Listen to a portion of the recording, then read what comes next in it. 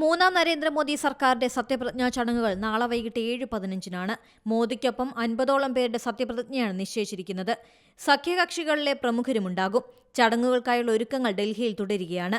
ബി.ജെ.പിക്ക് ഒറ്റയ്ക്ക് ഭൂരിപക്ഷമില്ലാത്തതിനാൽ സഖ്യകക്ഷികളുടെ പിന്തുണയിലാണ് ഇത്തവണ മോദി ഭരിക്കാനൊരുങ്ങുന്നത്. പ്രമുഖ സഖ്യകക്ഷികളായ ടി.ഡി.പിയും ജെ.ഡി.യുവും വിലപേശൽ തുടരുന്നുണ്ട്. ടി.ഡി.പിയും ജെ.ഡി.യുവും 4 മന്ത്രിസ്ഥാനങ്ങൾ വീതം വേണമെന്നാണ് ആവശ്യപ്പെട്ടിരിക്കുന്നത്. സഖ്യകക്ഷികൾ നേതാക്കളുമായി ഇന്ന് ധാരണയുണ്ടാക്കുമെന്ന് ബി.ജെ.പി നേതാക്കൾ വ്യക്തമാക്കി. സ്പീക്കർ സ്ഥാനത്തിന്റെ കാര്യത്തിൽ ചർച്ചകൾ തുടരാനാണ് ധാരണ.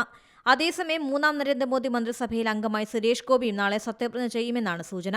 ക്യാബിനറ്റ് റാങ്ക് ലഭിച്ചേക്കും. കേരളത്തിൽ ബി.ജെ.പിക്ക് ഒരു സീറ്റ് നേടിക്കൊടുത്തതിനുള്ള അംഗീകാരമായാണ് സുരേഷ് ഗോപിക്ക് തുടക്കത്തിലെ മന്ത്രിപദം നൽകുന്നത്. സിനിമകൾക്ക് ഡേറ്റ് കൊടുത്തിരിക്കുന്നതിനാൽ ഒഴിവാക്കണമെന്ന് അഭ്യർത്ഥിച്ചെങ്കിലും പാർട്ടി നേതൃത്വം അംഗീകരിച്ചില്ല. ഇന്നലെ വൈകിട്ട് എൻ.ഡി.എ നേതാക്കൾ ബി.ജെ.പി അധ്യക്ഷൻ ജെ.പി നഡ്ഡയുടെ വസതിയിൽ യോഗം ചേർന്നു. നരേന്ദ്രമോദിയെ സർക്കാർ രൂപീകരിക്കാൻ രാഷ്ട്രപതി ദ്രൗപദി മുർമു ക്ഷണിച്ചു. ബി.ജെ.പിയുടെ നേതൃത്വത്തിലുള്ള എൻ.ഡി.എയുടെ പാർലമെന്ററി പാർട്ടി നേതാവായി നരേന്ദ്രമോദിയെ തിരഞ്ഞെടുത്തിരുന്നു. പിന്നാലെയാണ് മോദി സഖ്യകക്ഷി നേതാക്കൾക്കൊപ്പം രാഷ്ട്രപതി ഭവനിലെത്തിയത്. രാഷ്ട്രപതിയെ കണ്ട് മോദി സർക്കാരുണ്ടാക്കാൻ അവകാശമുന്നയിച്ചു. സഖ്യകക്ഷികളുടെ പിന്തുണ വ്യക്തമാക്കുന്ന കത്തും മോദി കൈമാറി. മോദിക്കൊപ്പം സഖ്യകക്ഷി നേതാക്കളായ ചന്ദ്രബാബു നായിഡു, നിതീഷ് കുമാർ, ഏക്നാഥ് ഷിൻഡെ എന്നിവരും രാഷ്ട്രപതി ഭവനിലെത്തി. National desk Zee Malayalam news. പുതിയ വാർത്തകളും വിശേഷങ്ങളും ഇനി വിരൽ തുമ്പിൽ. എല്ലാ ഡിജിറ്റൽ പ്ലാറ്റ്ഫോമുകളിലും ഇപ്പോൾ സി മലയാളം ന്യൂസ് ലഭ്യം.